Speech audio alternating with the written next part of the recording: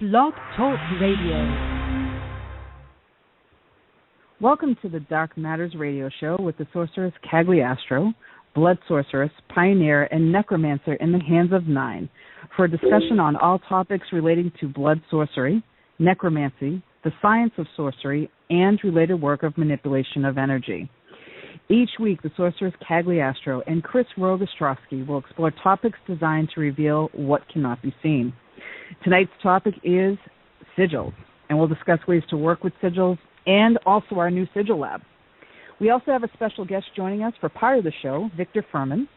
Victor is an interfaith minister, spiritual channel, author, and paranormal investigator who is currently on 2 investigation teams in New York. Join us in the Dark Matters chat room. And now, here is the Sorceress Cagliastro and Chris Rogostrowski. Thank you, Mary. Good evening. Hello, Chris. How are you this evening? Oh, not bad. How are you doing, guys? Good. Hi. Good. Chris, I just want to acknowledge once again that you've recently been through a family loss, and I want to acknowledge the commitment you had to that experience and to the assistance that you were to the disincarnate. And, going forward, I always make sure that I take a moment to honor both the living and the disincarnate in a situation like that. So thank you for that, Chris. Oh, thank you. You didn't have to do that, but thank you again. You're very welcome. Here we are tonight talking about sigils. And how does one talk about sigils on the radio? That's kind of interesting. When you read a book about sigils, the first thing people do is look to the illustrations. So what we're going to do tonight is make an effort to understand how they're used, what the potential is when you're involving yourself with sigils, and where they place in the sorcery. Sigils are essentially a mathematical equation. They are triggers to the human mind.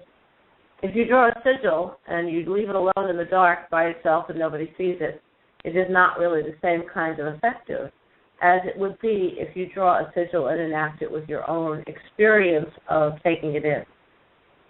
It's like approaching a mathematical equation, all on its own, drawn on a board somewhere. It is really a powerless thing. It's a smudge of chalk. It's a nothing. But when you take it for what it can represent, and you allow it in, and you look at what it could be and say, well, this could bring us to a new evolution in some way, it can bring us some new information. I'm very interested in quantum physics, and I look at things like what numbers really mean, what they represent. And that sort of brings me to the understanding of sigils in this way. So tonight we're going to talk about what they are. We're going to talk about how they have come to be. And I want to talk about the myth that they must be thousands of years old for them to be useful. You can create a sigil in your mind and you can use it. Remember, I operate in the science of sorcery. The only entity that you have to worry about in terms of pleasing and making the right agreements with is yourself. So that being Unless said, you're married. Unless you're married, yes, that's true. But going forward, as opposed to no divinities or deities of any kind. So, Chris, do you have anything you want to say? You have a Norse background, so I have a lot to say tonight about sigils and the new sigil lab, which we're opening in the Cagliastro studio in the hands of 9. But Chris comes to this with a history of understanding the Norse works in a way, and we'll talk about that. But Chris, do you want to jump in and talk about what sigils are to you and how you've experienced that work? Well, I've always used, I shouldn't say always, but I like to use the runes from the older Futhark, which is the Norse version of the alphabet. I like using bind runes, and bind runes are really just another word for a sigil.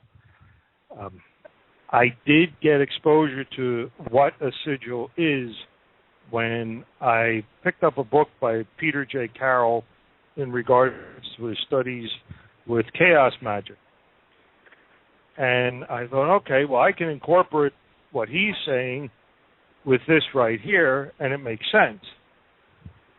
So most of my sigil work has to do, like I said, I use the Norse pattern because not only is their alphabet and its letters for words, all their letters have some kind of power to it. they represent something, where our letters are pretty stagnant. Their alphabet had meaning to it. Like one could mean strength, and one could mean domination, and one could be for protection, and one could represent mankind, one could represent the earth. And it's all things you got to figure, that I think about when I'm making the sigil. It's like, okay, I don't necessarily want to spell this word out, but I want to use these three right here because I'm looking for protection of my house and my family. Well, these three runes right here are the ones that do it the best. And that's how I make my sigils. So when you work with sigils, you work with sigils that exist already and sigils that you're building through the rune stamps. Right. That's how pretty much I do it. Now, I have done it when I've just let my mind wander and I've made something that, okay, this is going to represent so-and-so. If I'm trying to do something covert where I don't want people to understand what I'm doing, that if just by chance somebody would come across it, I mean, you could eventually figure out, it's like, oh, okay, well, these are runes. If you have any experience with any kind of paganism, you'll run into them. But if I'm doing something where I wanted to know what it means, but I don't want anybody else to know about it, I'll make something that's just mine. Now, I found... Go ahead. Go ahead. No, go ahead. Finish what you're saying. Now, I found something on the Internet that it's the more or less the alphabet of what Lovecraft would use as far as Cthulhu and things like that. Who's going to break that down? Here's your perfect code that you can use and make a rune with. You'd be the only one that knows because you're the only one with the key that tells you what each symbol means. Well, on the flip side of that, the idea that a rune, that a sigil means the same thing to everyone, also has a certain type of power. People say to me all the time, well, what about the goetic sigils, the sigils of the demons of the Goetia? We talk about that all the time. We talk about what is a sigil. What is the fine line between iconography and sigils? People say to me, I have a friend who wears the Greek Orthodox cross all the time because he has a very different interpretation of that piece of art, if you will, and uses it as a sigil, essentially to cross over into the Haggalah, mattering on your point of view on the thing, into the Norse version of the angled center line, bringing one either into chaos or out of chaos, bringing one either into death or out of death. My own sigil is built with the base of the number 9 and the H sort of symbol from Haggalah and a number of additional lines expressing that I am more involved with the dead than the living. And if you look at it, you can see that that's what it is. When I built that sigil, I made a decision that sigil would not only represent me, but the work of the Iron Ring, which is really the sort of umbrella over all of the type of science of sorcery that I do. So let's talk about sigils for a minute, that how energy hits them and what they do. In the studio, we're starting something called the Sigil Lab. And I had this idea that if sigils are truly triggers, which is what I perceive them to be, that's what the data shows me, then one would not have to know the purpose of the sigil for it to prove itself or make a connection to the individual.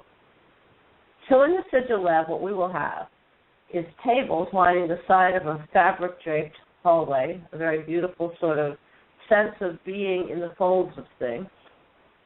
And one would walk through and put one's hands over the glass that the sigils would be underneath and allow sigils to speak to them. And it has a divination aspect in so much as it will show where people are, what they're looking for. And it also will have an extreme sorcery application. We'll take the sigils that jump out, we'll talk about what they are, and perhaps develop sorcery for people who are coming in there to have that experience. But sigils are like looking through a lens. When a light hits the lens, whether it reflects or refracts, mattering which side you're looking at, whether the light bounces off of it, whether the light is actually a beam of energy, all those variables come into play when you look at a sigil, because when your eyes take notice of these angles and these turns and twists, of these markings that are obscure and in and of themselves have no individual meaning, when all that comes together, something is triggered in your mind, and that is where the transaction takes place between this circle filled with squiggles and the desired outcome. Mary, you have any thoughts on that as we start to talk about how we're going to be working with sigils? Yeah, I actually had a question from the chat room that I thought was very interesting that I wanted to bring up now since we're kind of doing an introduction to the sigils. But Darren had asked, do all sigils have to be drawn, or can they be made from other mediums such as sound or lights or something not as tangible as ink? And the reason why I bring that up is because I know with Reiki it's a symbol, it's not so much a sigil, but those don't have to be drawn in ink, or those don't have to be, on paper. You can work with them in the air, you can work with them in different ways. So I was curious to know if it's similar to like a symbol such as a Reiki symbol, or if it really is better being drawn in ink or, say, blood. Well, every sigil has its own reason for being and therefore has its own application of how it can be transmitted. When I draw the sigils in ink, I do that so I can show them to people and say, here's the information. Ultimately, I would like to just project them on the wall through light. The highest and the high frequency of sorcery is when you draw them in your mind, and therefore they exist, and therefore they are usable. This goes all the way from one end to the other. Whether you want to carve them in stone, so you have a touch object that exists for a very long period of time and takes in energy and becomes crossing from that area of sigil into talismanic kind of sorcery, or whether you want to briefly scratch it into your skin and let it heal so that it pulls through it all the energy that it needs to and affects your life based on what sigil it is, or whether you want to see it in your mind's eye. The answer is that there are no absolute answers when it comes to this work, except to wrap your mind around the imagery and the sigil. So however that works and however it is best applied to the individual act of sorcery, and then that would really define that sort of thing. So the answer is yes, yes, yes, yes, yes. Chris? All right, well, I've also... Mary, were you going to say something? I was going to say something. Yeah, I have a follow-up to that, but I'll let Chris answer. And I also wanted you to let everybody know Victor is here with us. Oh, great. Hello, Victor. Good evening. How are you? Wow, Victor, you are a trooper. You're an amazing guy. Thank you for calling in tonight. I know you're having a night where everything is just fitting between two other things. So I'm driving right now, and if someone cuts me off, I'm going to try to be respectful and refrain from using language that I might use when somebody cuts me off. So, this is a good time for mental sigil imagery, Victor. Actually, when Chris is finished, I do have a comment about sigils too. Great. Oh, go ahead. You're pressed for time, and I got the rest of the show to talk. Victor, well, basically, yes, I wanted to sort of answer that question that Mary had posed before from the person in the chat room. With my experience, starting in essence with Reiki, because I started getting involved in Reiki in the late 80s. And one of the things I noticed immediately was that I could feel the energy of the symbols if I raised my hand and put my hand across the symbols. So I was actually reading the energy. Then I found out something very interesting.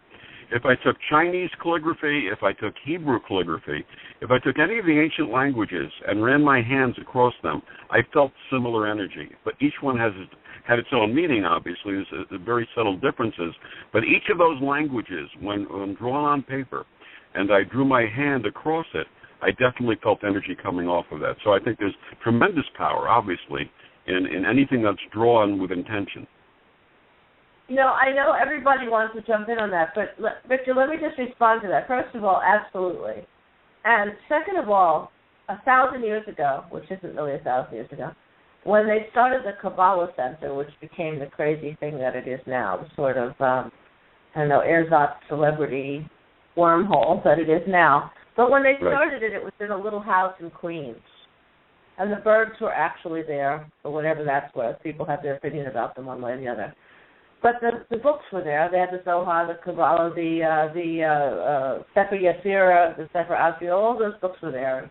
And you could touch them, and you could look at them and read them. And because they were based in a sect that was not as concerned with gender, everybody was free to read what they wanted to read in that environment. And, when you go into someone's house, you don't disrespect their custom. You could feel strongly and disagree, but don't disrespect their custom. So I was there. A friend of mine who is still studying with them said, "Oh, you have to come and see this thing." And I wanted to see what their process was. So I went, and they handed me a Torah. And I said, "Well, I don't really partake in this." And they said, No, just have the experience. And a fool passes the opportunity to have an experience. So I stepped in and allowed myself to broaden my gaze. And what they did was they opened the book and I said, well, I don't really read much Hebrew. I do read the Hebrew alphabet, but I don't really read. And they said, no, just scan with your fingers. Doesn't matter if you know it or not, just scan. And Victor, that is exactly what happened. What I did was I started picking up the thoughts from everyone else in the room, because for me the connection was not one to their deity, but to the people in the room. And the more I scanned, the more I was hearing everybody thinking about their shopping list and getting home or loving what they were doing in the moment. So the letters themselves were creating some sort of energy in the room where people were able to pick up on each other's thoughts or feelings or being part of their experience. So absolutely, that absolutely is the situation. This is what I was saying before. What is the fine line between that which is iconography or now alphabet and sigils? Because the broader your gaze is, the more things you can put into sigils that will work for you as a person living in this time period and having the experiences that you're having, developing the sorcery that you need. Thoughts? I agree 100% with that. I mean, you're the one that's empowering this stuff. Like you said about the connection with the Jewish writing and the people in the room. That's basically what you use a sigil for. It is a key to communication with whatever. There's a great deal of imagery out there regarding what is old and ancient and what is very modern. And the idea of using technology and lasers and pushing light through things that had never had light pushed through them in that way before. And if you imagine some of the more ancient sigils or the rune staffs themselves reflected in this way and having technology pushed through them or offered to them in a way that they were not before, you can see that there is a timelessness. And when we do sorcery, one of the things that we involve ourselves in is the boxes, which is involves the moving of time or the moving of the process of what occurred in various times. So if you combine all the elements of sorcery and the science of sorcery, and that's the thing I can speak on, and you put sigils in those boxes and move them around, you can change the past and the future in a very profound way by using the light, and by light I mean physical heat of energy, and pushing that into those sigils in a way that has not happened before. Anybody have any thoughts on that kind of idea of centuries of energy hitting things from a different perspective? Well, very interesting. This will take a couple of minutes. It's a little bit of a story, but an interesting story. My grandfather, my paternal grandfather, was a Kabbalist. And when I was a very young man, I think I had mentioned in a previous show that my first conscious experience of this incarnate being was my grandfather. And he related to me as though I were not a child, but someone who was a peer of his. And he used to point at the Torah and used to say to me that scroll contained everything that ever was or ever will be, but you need special eyes to read it. I said, what do you mean special eyes? He said, you're going to need 64 pair of eyes. Now, at the time, you got to remember, this is like 1957, 1958. And, I was a kid at the time. This had very little meaning for me. But I never forgot him saying that. Okay, jump back about 20 years ago or so. This mathematician and physicist from Russia by the name of Eliyahu Rips along with other Kabbalists who had been looking at the possibility that the Torah actually was a code for many, many years. And until 64-bit computer technology came along, they couldn't do anything with it. But jump about 10 years ago, you have 64-bit computer technology, and a book comes out called the Bible Code or the Torah Code. And guess what? They used 64-bit computer technology with arrays of the letters right out of the Torah, not rearranging them or just taking them in 64-bit arrays, and they started getting what we would consider to be prophecy, but you'd have to know what to look for. But 64 pair of eyes, that's exactly what my grandfather was talking about. Wow. So when that happened, Victor, what was your experience in that moment when you saw that? Because I am very familiar with the Bible Code and the Bible Code Revisited, both of those books. So what was your experience? What did you think was occurring when a man in the 1950s was telling you this and that was what's happening? It was a recognition that he had an understanding on a much deeper, much more profound level than most people did until science came around and provided the ability to do the coding work, to do the mathematics. And, you know, he used to talk to me about the Hebrew letters being very special, the block Hebrew, what's called the biblical Hebrew or traditional Hebrew, ancient Hebrew, not the current modern Hebrew writing. Right. He used to refer to them as flame letters, that there was fire, there was power in each of these letters. And if you look at the tops of Hebrew calligraphy, they look like they end in little flames on top. Yes, they do. And so consequently, the energy that he was talking about and the mathematical arrays that he was talking about in a very simplistic way back in the late 50s is something that came to pass 40, 50, 60, 70 years later. So I'm not 70, obviously, 40 years later. Well, you know, there is no time lock on this stuff. Chris, you had sent a thing out on Facebook regarding what the Bluetooth symbol comes from. Right. Do you want to talk about that a little bit, and so we can talk about yet another thing that is moved from ancient to current and great visibility? Yeah, I noticed it years ago, and when I first saw the symbol for Bluetooth, I thought that looks real familiar. Now they did mix two of the different Futharks. One's the older version. One of the symbols is from the newer one. But they turned out to be the initials of one of the great warriors at the time, Harold Bluetooth. That's talking in our terms. I'm not going to butcher the language. So they used Bluetooth as the name for the device, because there's a connection between the guy that invented it and his heritage, which is Danish. And the symbols that they used was for H, Hagalaz, and the B, Burqa, for the Bluetooth, and they put them together. So you had HB, and you made a bind rune out of it. So what's happening is millions and millions and millions, perhaps even more, of imprints of that binding sigil is now available. We're carrying it in our ears. It's on our products. It's on all mass advertising. And here we are in 2014 having the experience of those two sigils binding together and representing technology without hands. And right. If you think about what that's actually doing, that's a solid statement, and I was very grateful that you sent that out. That's a solid statement of the fact that, for me, sigils have no relationship to time. They are truly timeless. I use a lot of Norse sigils in my work. I teach a lot of ritual with those sigils. I modernize them sometimes in so much as I add to them things that are recognizable to the modern mind, and not always, only sometimes, or I will change the dimension of them in some way because it feels like it's the right thing to do, and I will acknowledge where the work came from and what I've done to it. And many of the sigils that we use in rituals come from that period of time and come from also combinations of letters and numbers and the kinds of things that we don't think of as numbers that actually are numbers, symbols that are used in higher mathematics.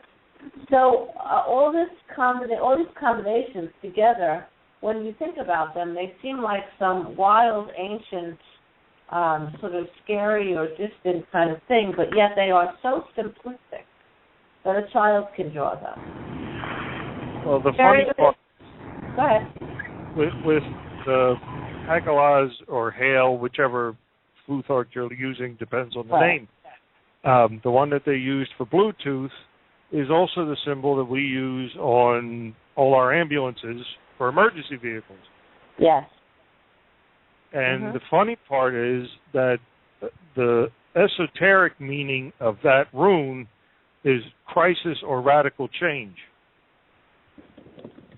Well, if an ambulance is coming, those things are on the table. Right. It's a rune of chaos or catastrophe. You can't stop the energy from coming. What you can do is you can get in the way of it, bend it, you can reuse it, you can maybe change a sense of purpose or landing, or you can get behind it and join into it. You can do a lot of things, but you don't stop the energy from coming. And these sigils are timeless, and therefore the energy is coming through to us now, no matter how dense the human mind has become, how cluttered it's become now.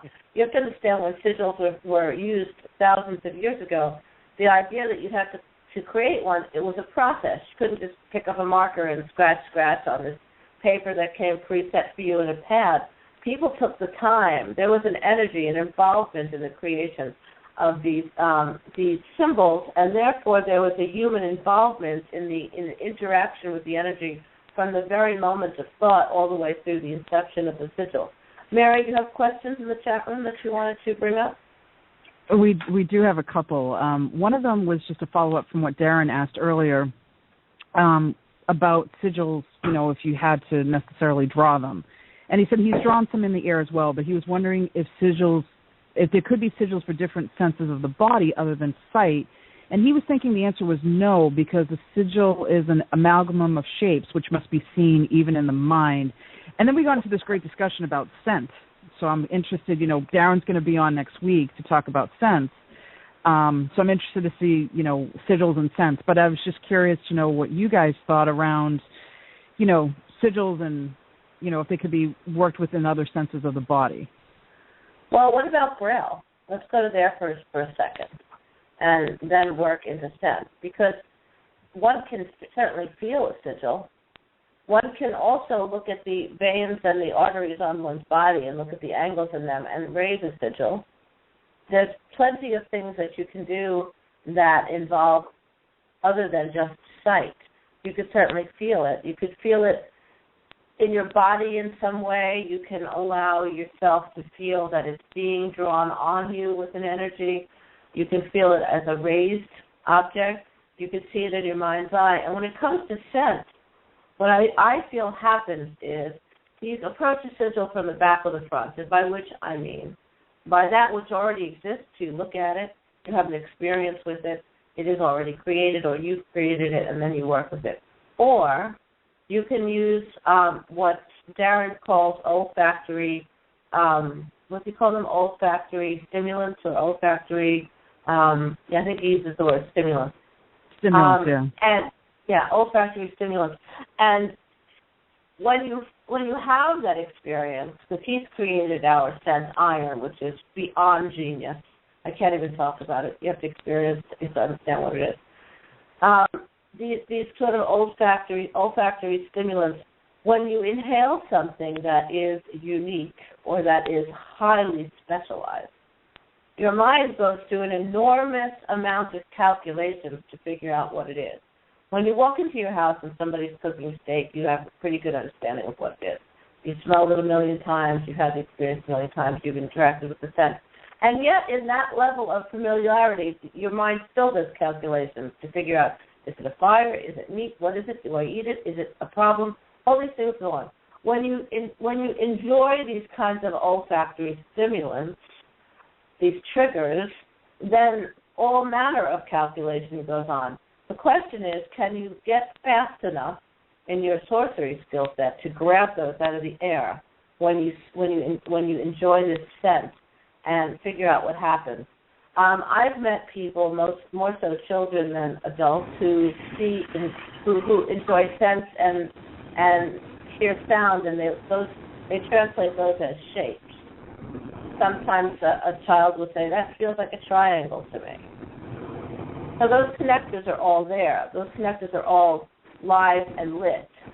Victor, do you have any thoughts on that kind of experience of taking something in and having a translation of it in your mind in that way?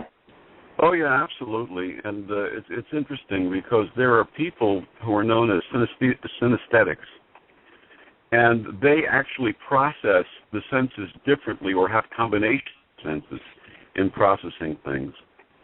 The whole concept of being something that's either visual, or it has to be visual, or it has to be auditory, or it has to be olfactory, whatever the sense may be. There are many of us who use a combination of our senses when we process things. And as you mentioned, the giant computer that is our human brain, which is something that I don't think science will ever replicate, or will never come close to replicating, I never say never, I shouldn't say never, but it'll be a big challenge to come close to replicating the number of calculations and processes that the human brain produces. But that brain, that amazing organ, can do a combination of all of these senses so that the response to whatever the information is can be processed in many ways.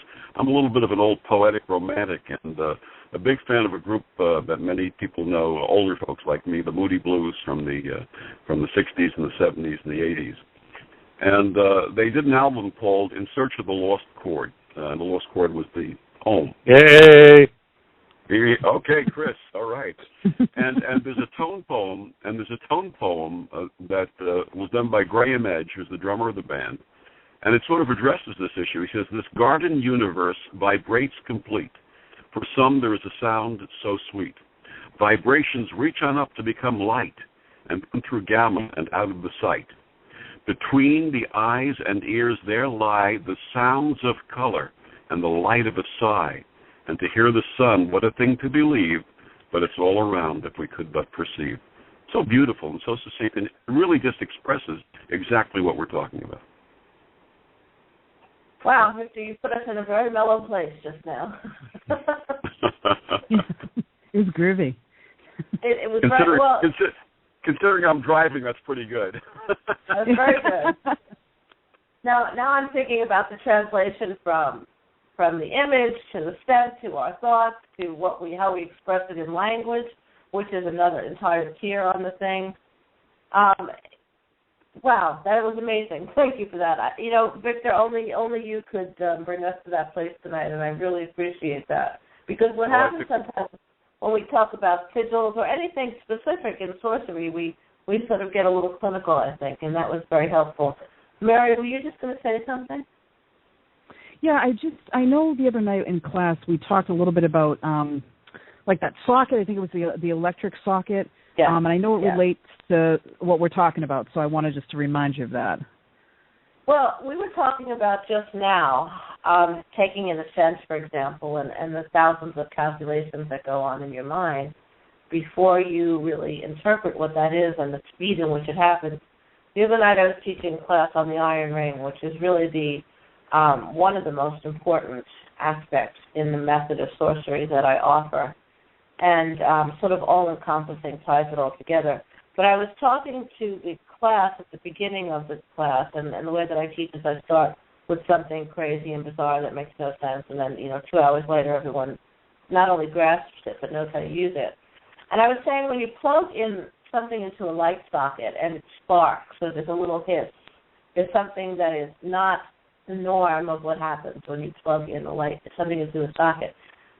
There's all these transactions that go on, all of these quick calculations, all these agreements. Is it going to be a fire? Is it nothing? Is it normal? Do I pull my hand away? Do I continue to put this into the socket? Am I going up in flames? Is nothing really happening here? Did I imagine it? All the stuff that happens really fast when we interact with some sort of unexpected heat in that way. And if you look at the speed of that transaction, and I use that as an example, and you take that kind of speed, and we talk about static practice, we talk about the iron ring, we talk about all these ways to perform sorcery in real time. this whole idea of these fast calculations morphed into explaining to the class how to use that energy inside this very protective ring, so that you can it's malleable and you can turn it into anything that you want, and then send it out through the energy that the ring itself is made out of, and it becomes almost like a beam and lands on the target somewhere else. So what if you took all of those elements, including this huge calculation that goes on when you stick the socket, the plug into the socket and you hear the hits, and all of that turns into an image. And that's how sigils work. It gets all the way into that transaction where it's such a part of your thought process. You're not seeing a triangle and a squiggle and this thing anymore. You're seeing something that is saying something to you that has a meaning. We use sigils to do things like, expose something to us, or uncover something, or keep us safe, or to push away the sense of forbearance, and all kinds of sigils that are available. But that's how they're used. They come through this calculation in your mind that is not maybe as clear to see as sticking something in a socket and having it spark, but that's how it works. The calculation makes the sigil live. Is that what you're talking about, Mary? 20 minutes later? Yeah, definitely, because I know when we talked about directional sorcery, about using the sigils to speed something up, because really the sigils are keys. They unlock things. So, in order to speed something up, you would use it in a certain direction in the east, or if you needed to get correct pacing. It's really, another tool to use within the iron ring to bring the sigils really to life and to get it to do what you need it to do. I hear a lot of static. What is that? I think that's me. Hello? Okay. There we go. There you go. We should probably do a show where we talk about at least the components of blood sorcery and what it all means, because we talk about all these things, we throw it all in, and talking about years of gathered data, and we're throwing it in like, the iron ring, static practice, the boxes. So we should probably do a show where we at least go through the lingo of what it is that we're talking about, so these things all line up. What about the sigils for divination? Mary, you have any thoughts on that? What is that? Well, sigils for divination, I think, are a great, going into a space where you use the sigil to unlock, information from a divination perspective. I've used that myself to gather information about, if someone's not communicating with me or they're lying to me. I'll go into that space of the iron ring, or I'll go into, a space where I'll use the sigil to kind of open the door and get through my senses what's actually going on. And it's a great tool because I think, it's a little extra key. It's a little extra to get that, information quicker. And, when you use the sigil, I think, we talked about this, using a sigil accesses everybody's energy who's used it previously. So it's like I have all these hands helping me, unlocking the door with me with the key to get that information that I'm looking for. It's just like my Blood of the Martyrs thing. I talk about I have a fascination with the idea of Blood of the Martyrs. Anybody who's ripped open their flesh for some reason where they feel that doing so will change the perception that some divinity or otherwise will have about them. I find that to be a fascinating transaction.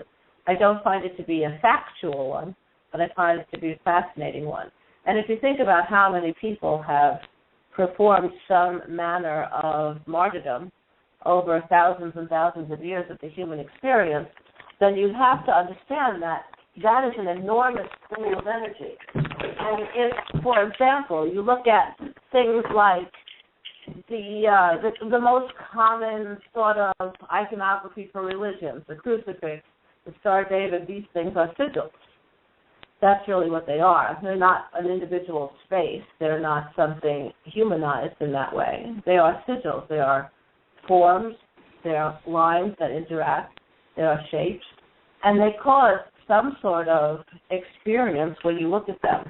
Those two that I just mentioned happen to be in some ways more modernized than some of the sigils that we use because a more organized religion is using them. So therefore they have the doctrine that flows with them.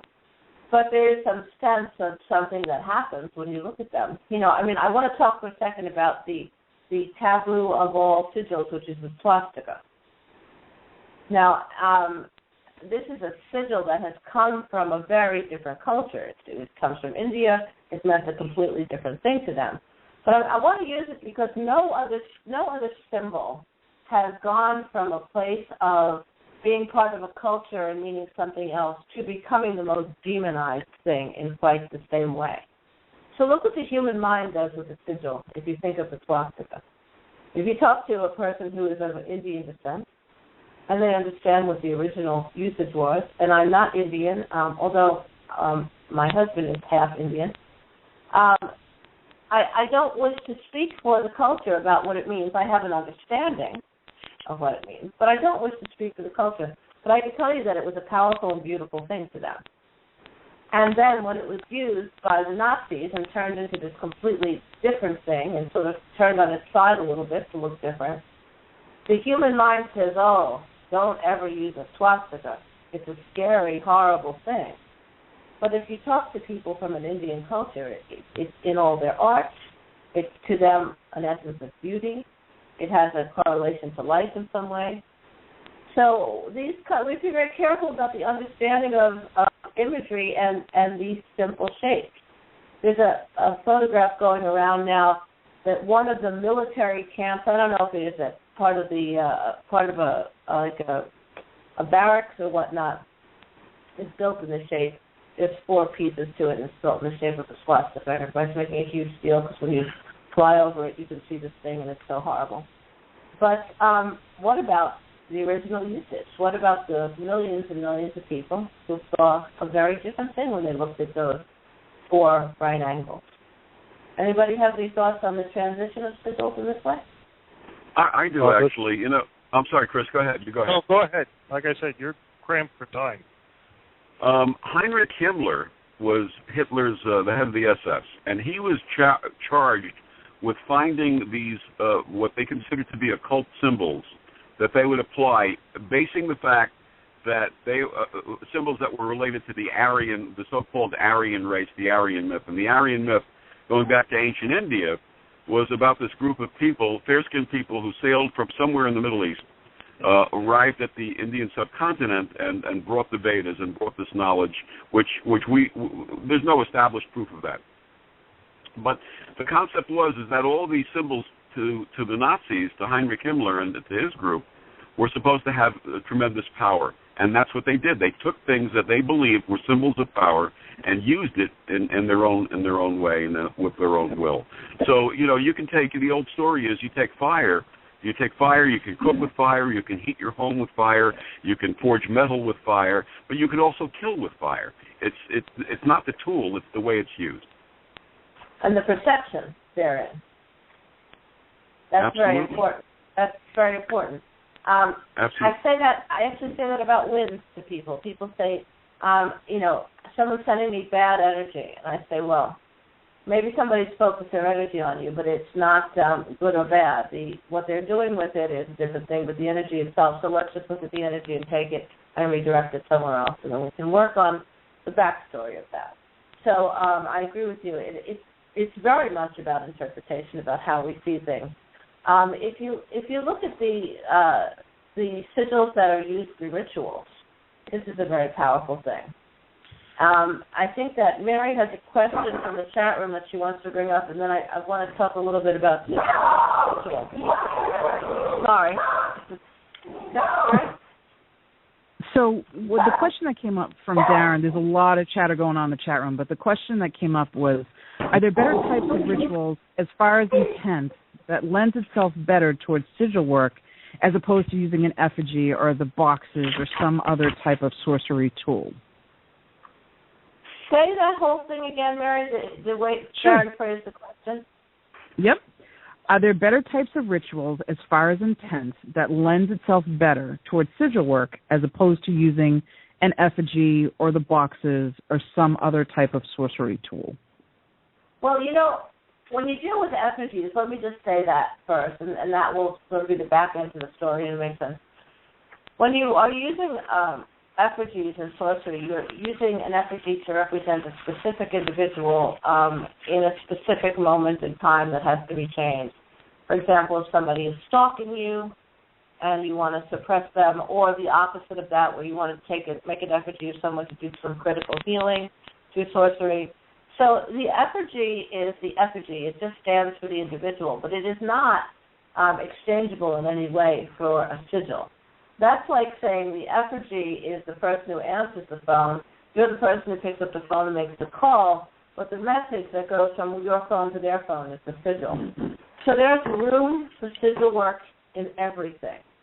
I think that sigil work is brilliant when it comes to not having all the information of where something is, of how it has to land. For example, if you're doing some sort of missing persons work, sigils can be very helpful because they are not human in form and they don't get in the way. They cause clarity. But if you were thinking about, if you realize that you're sitting in a classroom or you were having a moment where you're thinking about a particular mathematical equation, nothing else is going on at that moment. When we get in those kinds of problem-solving spaces, then our mind is very focused and very involved and useful in the process. Sigils do just that. So there isn't a particular kind of sorcery in which they don't work. There are some types of sorcery in which they work best. We do a thing called, when I was talking about the flatline ritual, they work very well in that because the intention of them is to deliver a change in a person's sleep pattern and to get into their dreams. Everyone looks at a sigil, may have a different interpretation of it, but the energy of it is built in. We see it in a certain way, it causes a certain reaction. When we reverse those things, it has other uses. Some sigils are best done in blood, some are not done in blood.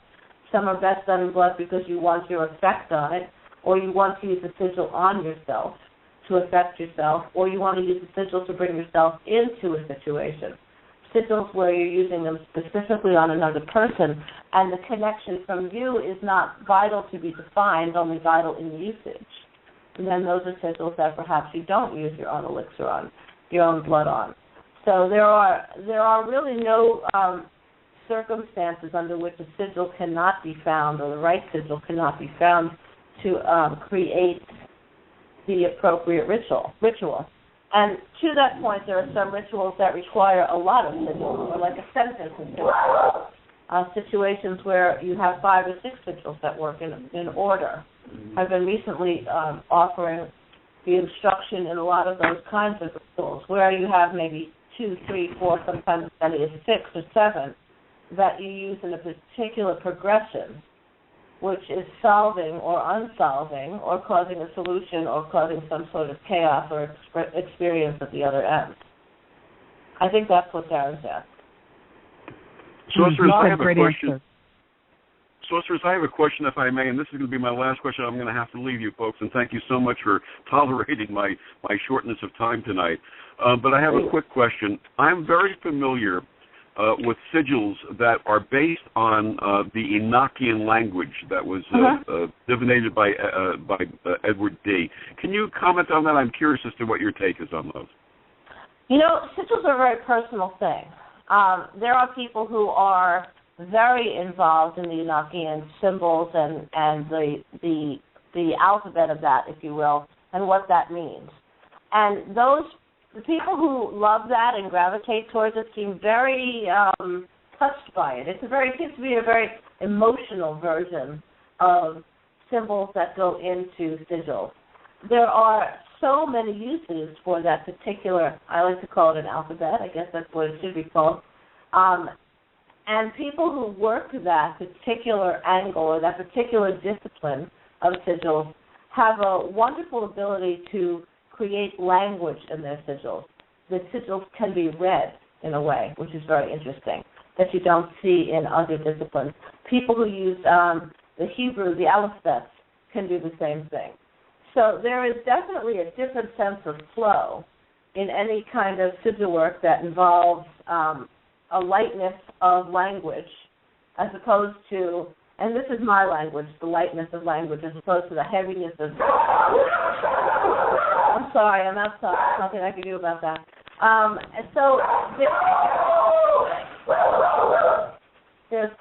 There's certainly something to be said about using language and alphabets, and it goes back to what we were talking about, the alphabet, which is the Hebrew language, and how helpful that is when one is creating a little bit of art in the work. Does that answer your question, Victor? Yes, it certainly does, and thank you again so much for allowing me to be a part of this tonight, and I wish the best to all of you. Thank you so much. It's been great to have you. Thanks, Victor. Yep, thank you. Sorry about the dogs tonight. There's nothing I can do where I am. I have them with me. They have a language. They have a language of their own. That's all. They're expressing their language. They certainly do, and they're expressing it all over the place tonight. Good night now. So, thank you, Victor. Thank you for taking the time. Good night now. It's always so great to have him on air, and I'm grateful to him for stopping in any capacity that he can. Mm-hmm. So, Mary, where are we in the chat room? What's going on? Well, there's, some talk about how to use sigils, and Chad had mentioned that he actually burns them. Yeah. And I know we've been kind of kicking that around, but I know some folks that learn different types of magical work and ritual work, when they use the sigils, they don't know what to do with them afterwards. I know Chad uses them as part of his ritual, but for folks that, use it and then they're not sure what to do afterwards with the sigils, to basically dispose of them or to release it, what recommendations do you have for that? Well, every ritual is different. What you do with them is different. And, I always say that it's not about the stuff. It's about how your mind is triggered by the stuff. And in a circumstance with paper sigils that you can burn, if the intention of burning them is to put them out of existence, that's very useful. You can put them out of existence that way. You can put them in water. There's all manner of things you can do with them. I think one has to look at the nature of the ritual to make a decision about what to do with them. There are circumstances in which you should bury them because they do very well over slow decomposition in the ground. And it also matters on what you make them out of. But then again, what happens to sigils that you carved in your skin? Or sigils that you've created in a more permanent way, such as in stone or this kind of thing. So I think that burning them is, of course, a very efficient way to remove them from existence, because once they're done, they're done. I am very clear that most sigils, most of the time, should be destroyed or should end with the act of sorcery, and therefore allowed to just now be in sort of the space of the thing. But that's not always the case. Some sigils become talismanic. I think I mentioned that in the beginning. If they're carved into things that are more substantial, and that is the intention. Mary, you had said something about working with things that many, many people have touched or have experienced. Mm-hmm. Sometimes a sigil becomes that. It's carved into stone or it's carved into what. I mean, Chris, you do this kind of work, right? You carve these kinds of things? Yeah, Chris, go ahead. I'll say it after. No, that's fine. No, Chris, I was going to say. Tell us about your. I'm sorry, Mary. I'm just trying to sort it out. Yep. Chris, tell us about the kinds of mediums in which you use sigils and how, because you have a strong history of this. And how do you hold them in your hands? What do you do? Tell us about that. Well, what I've done with sigils when I'm done with empowering everything, what I've found to do is I will put them someplace that I'll see them, but I won't notice them. Like if you hang something on your refrigerator, eventually you don't see it anymore. It's there, but you don't see it. It works in your subconscious. And your subconscious keeps seeing it, so you keep that energy to it. You keep enforcing it. It's just your conscious mind don't look at it. If your conscious mind don't see it, then there's no doubt and there's no interference with, well, is it working? And I generally keep it there until I know something took effect, or it's been a week or two and it should have took effect, or I haven't heard anything, so I'll get rid of it. Then what I do is I usually destroy it so nobody else can get a hold of it. How do you usually destroy it? Fire. That's the best thing to destroy anything is fire. I mean, you know that from working in the morgue. I mean, if you want to destroy evidence, you set it on fire. Now, as far as if I want to keep it, I've done it tools that I work with at work. I mean, that's how I identified my tools, was I would use my initials, or I would use something that had to do with what the tool was. Now, if I had a hammer or something like that, in essence, I would name it using runes, sigil, whatever, and that's what I would use to identify it, plus to empower it with some kind of, like, to make me money. I mean, that's the whole idea behind it. I wasn't doing it because I liked it. I was doing it because I needed to make money. And I would make sure that it was something that was, you know, I'd engrave it. I would brand it, weld it, whatever I could to put it permanently on the object. If I'm doing it on my skin and I want to keep it, scarification works wonderful. And I've done that. Do you ever do the thing? Do you ever do the thing where you take an imprint of it in your blood and use the sigil that's made out of the imprint as if it's almost being stamped? I've done that. I've also used when they used to do it. They don't do it so much anymore. When they put a bandage on a tattoo that you've got, I've kept them already for later use. I have done that as well, because that's a powerful piece, and even if you're never going to use it, you should be the one to have it. In terms of your biologicals not being around. Right, and the things that I get mean something to me. So it's not just willy-nilly thing. I mean, they represent something. So I keep them around in case I want to use that. Now, I have a tattoo that is a coyote. If I want to use some kind of energy from that, I used that as my sigil for it to help induce that energy into the ritual I was doing. Well, let's talk about when sigils become talismans, because I've sort of hit on that a couple of times. And let's spend a few minutes with that, because tonight we're going to do a shorter show. We'll be on till 9:30. I have a client coming up earlier than I had expected. So you've got a sigil and you've used it quite a bit. There's 3 that I carry with me all the time. And I have been carrying them for quite some time, and I keep them in something so that they are not destroyed. And they have my essence on them. They have my elixir on them. They are very much from me.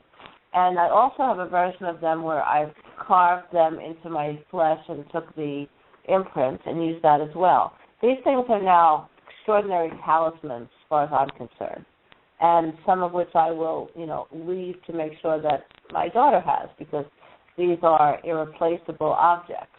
But when you make talisman out of sigils, I feel that they take on all of the uses and become sort of a steroid-filled version of itself, and they can work in a much more efficient way without as much ritual. Like those particular talismans made from my blood, I can just present them, and they work, like a magic wand, if you will. I'm not sure I was expecting to say those 2 words together, but I think you know what I'm saying. Mary, you said you wanted to say something about tattoos, and I think you have a little bit of divination to take care of tonight. Yeah, so there's been some discussion around the chat room, about tattooing sigils. Is that a good idea? And I know some folks say, like I have a sigil of an archangel on me. Some folks do that. I know that sometimes that may not be a good idea because would you want to have that energy on you 100% of the time? So we're kind of curious to know what you guys think about that, whether it's a good idea to tattoo it on or not. Well, I mean, you'd have to define where the line between sigil and iconography is for every individual.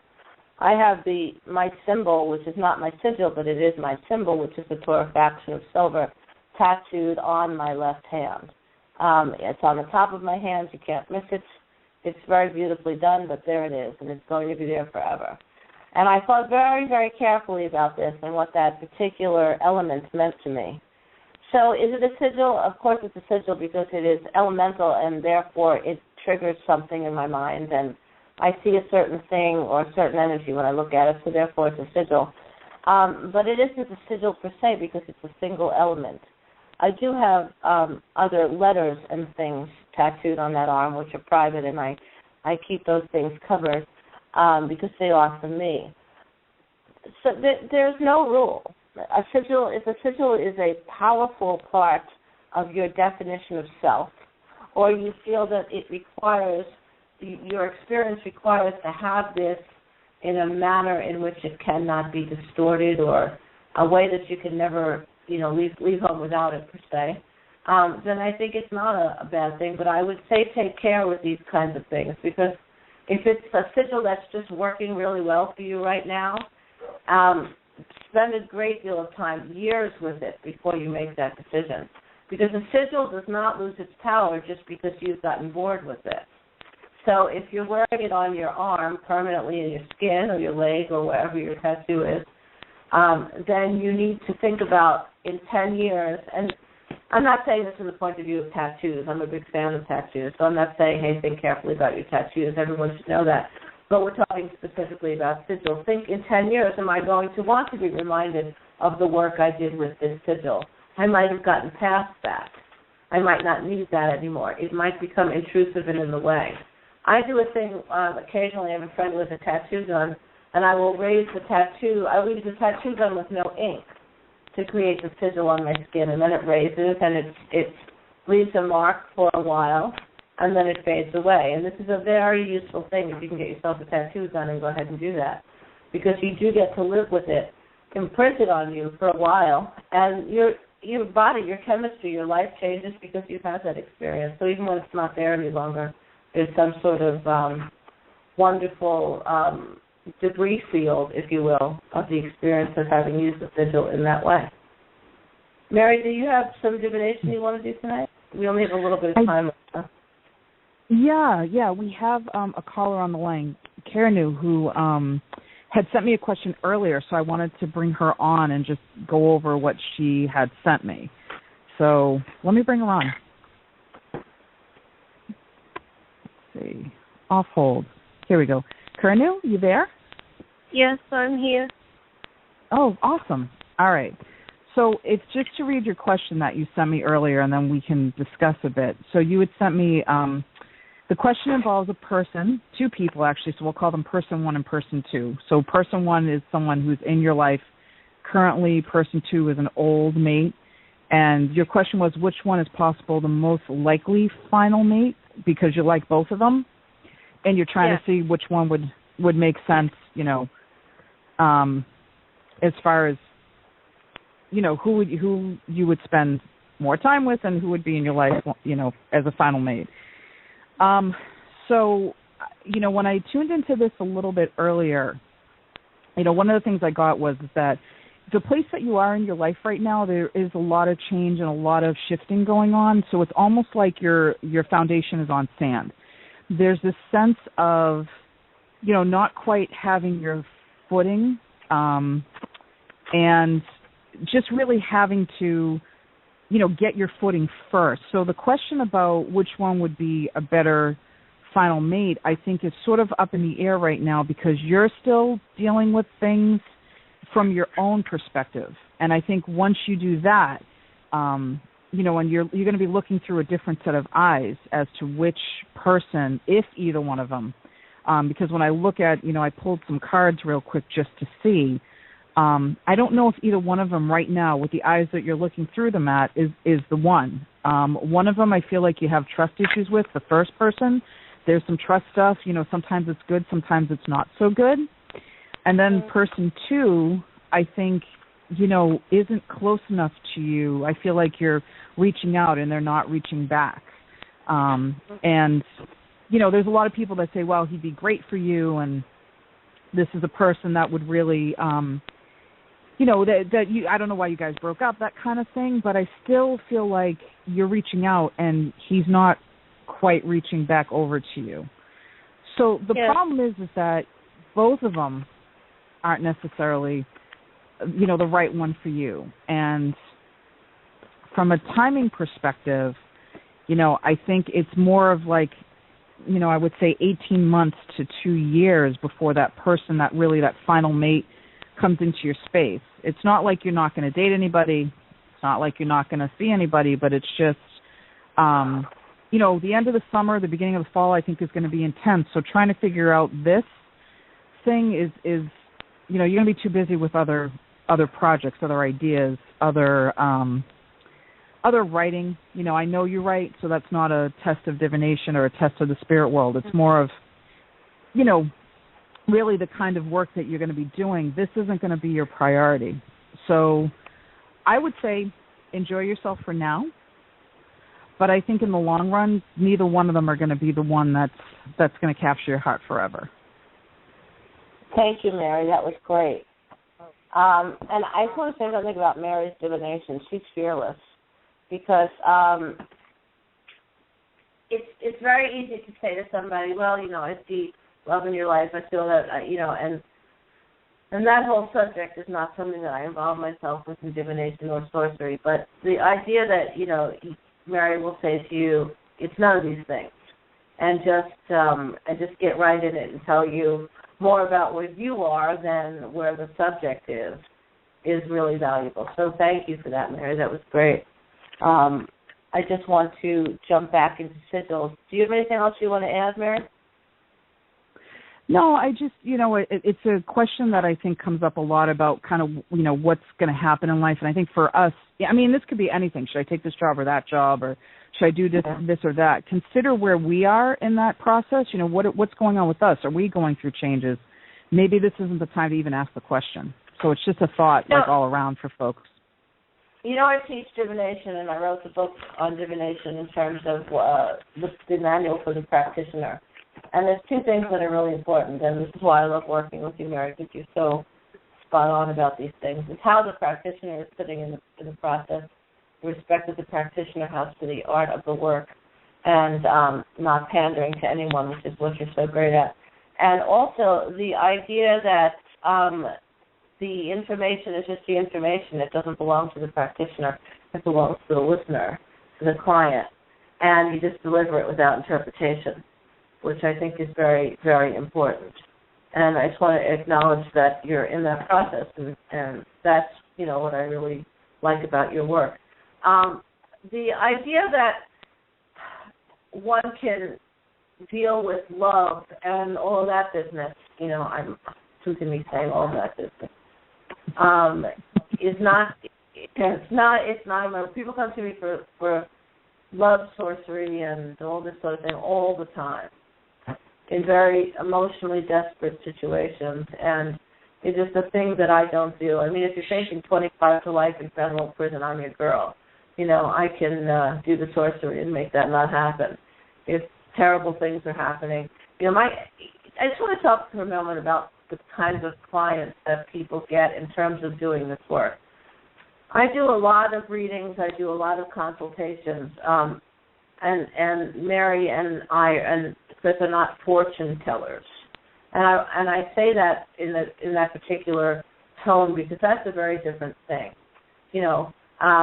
Will he love me forever? I don't know. Maybe you should look at your behavior. That's going to be my answer. So it's not about that. It's about where the client is in the work. I want to tie sigils into divination for a minute and talk about how it is very useful sometimes to just look at a client and say, well, you have a lot of work to do, so let's just jump right into sorcery and not worry so much about what's going to happen, but what you can change about where you are in the work.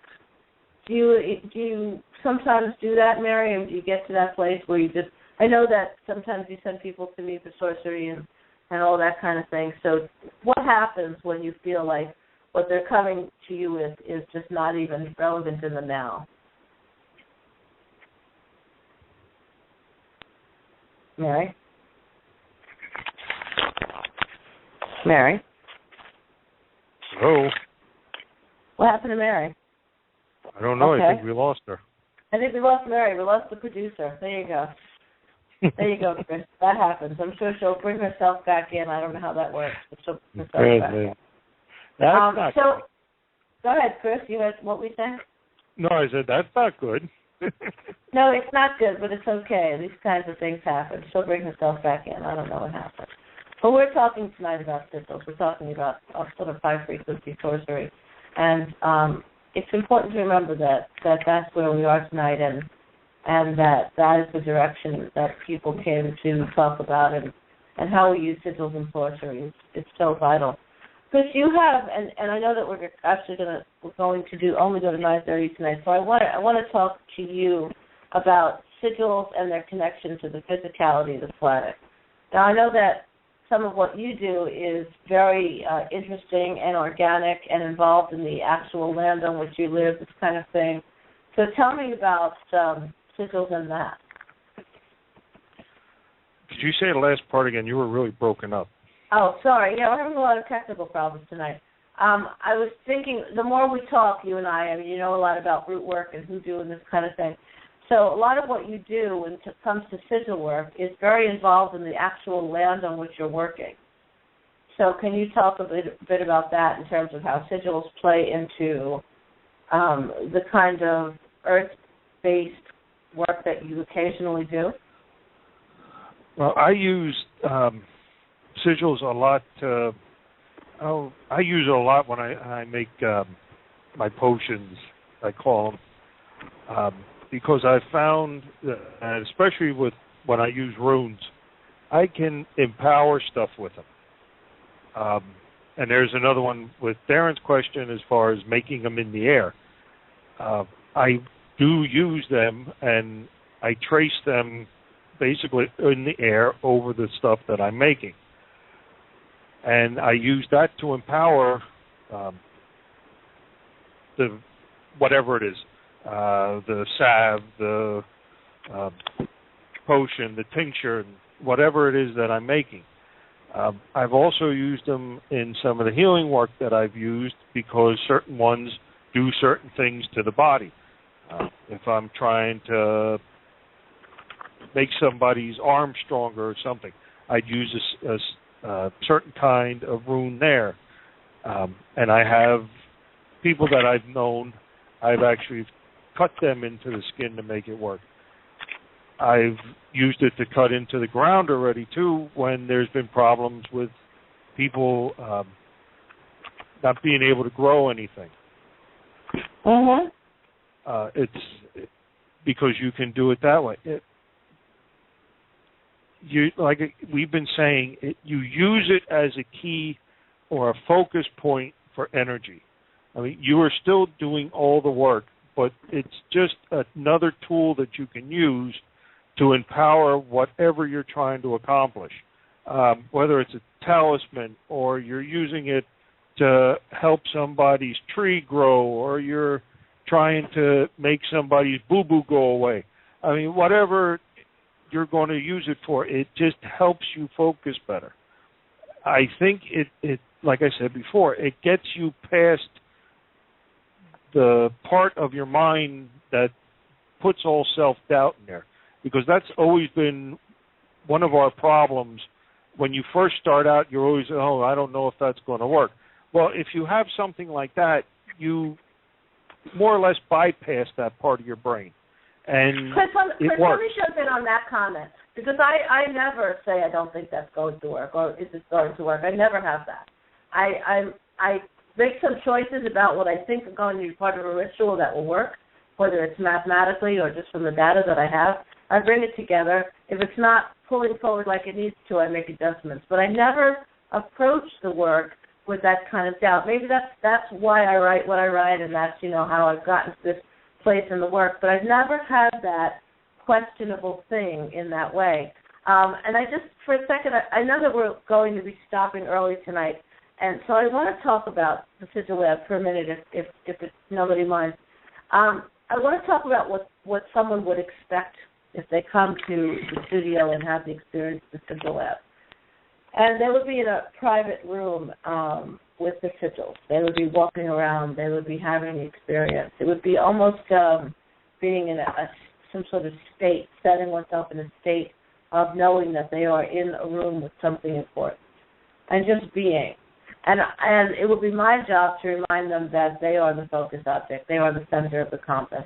The Sigil Lab will be set into a way in which the polarities are clear, the north, south, east, and west, because some people already know which of the polarities they have a stronger penchant for. They will come in and they will have the experience. They'll walk around. They'll be in the place. They'll be in the energy. And they will understand that there are amongst between 300 and 600 sigils at any time that offer information in very much in the way that a page of letters from another alphabet will. The idea of the Sigil Lab is that the entire place is a statement, not one table over here and one table over there, but that you come in and you are in an enormous mathematical equation. I mention this now based on something that Chris had said because math pulls us into focus. Whether you're good at math and bad at math, let all that go. That's not even what I'm talking about. I'm talking about what happens in the human mind when an equation is presented. When you hand somebody a 20 and the bill comes to $18, you immediately know you're getting $2 back. These kinds of things all of a sudden pull us away from all else that exists. Pulls us out of the rain. If it's raining on our head, we know we have to get the change. We stay in the focus of getting the change. If we have to look at the clock and figure out what time it is, and we have to be in that thing for a moment, whether we're looking at an LED or an analog clock, the time difference in figuring it out, those milliseconds are very important. It brings us from a sense of being scattered and thinking about a lot of things into complete focus. Numbers and shapes do that to our mind. So to imagine coming into the Sigil Lab, which is a private sort of corridor of tables and understanding that all the sigils are there and they're presenting themselves in this very gallery-type kind of exhibit where you're able to just push your hand over them and feel the energy. One can even do it in the dark if one wants to and feel that they are being guided completely by the energy of the sigils till one comes to them and says, this is the sigil that I want to work with.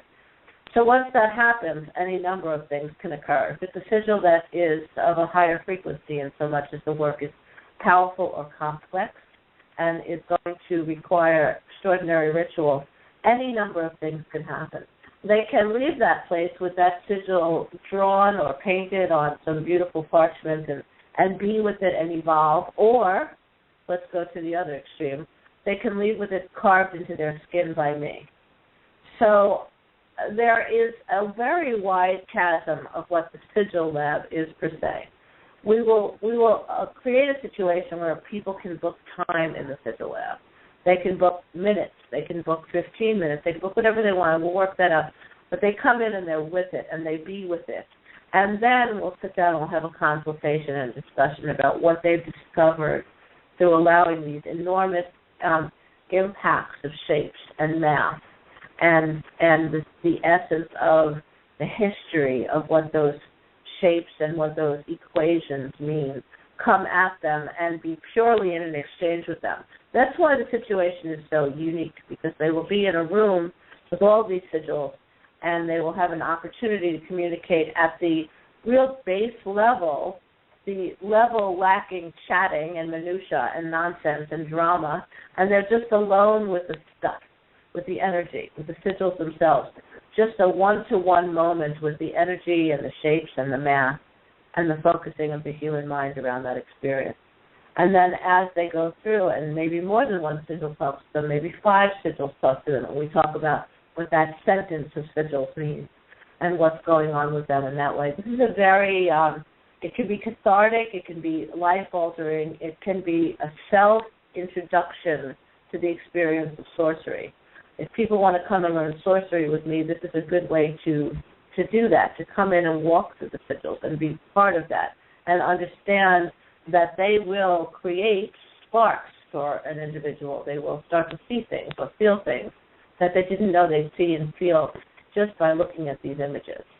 So the Sigil Lab will be open sometime after June 18th, and you can absolutely communicate with us or with me through the website. Mary is the company manager for the Cagliastro Studio in the Hands of Nine, and she is going to be a huge part of making all this work and making all this available. I know I'm going on at length. This is my life's work. I've been doing this for decades and decades and decades, more than I like to admit. 21 years ago, I had an idea about a thing called the Cagliastro Studio and how it would work out and what people would be able to do. They could come in and they could be part of things like the Blood Project and the Sigil Lab. And maybe 21 years ago, I didn't have the language for what those things were, but I knew what needed to occur in there. Very grateful to Mary for stepping in this extraordinary capacity to be part of the way that it will work, and not even just somebody who works in it, but part of the way that it will work. Her energy is extraordinary, and I am very excited about the idea of other people coming and working with me and building this thing. Chris, the door is always way open for you at any time that you want to come. There's a core group of students I'm really excited about meeting.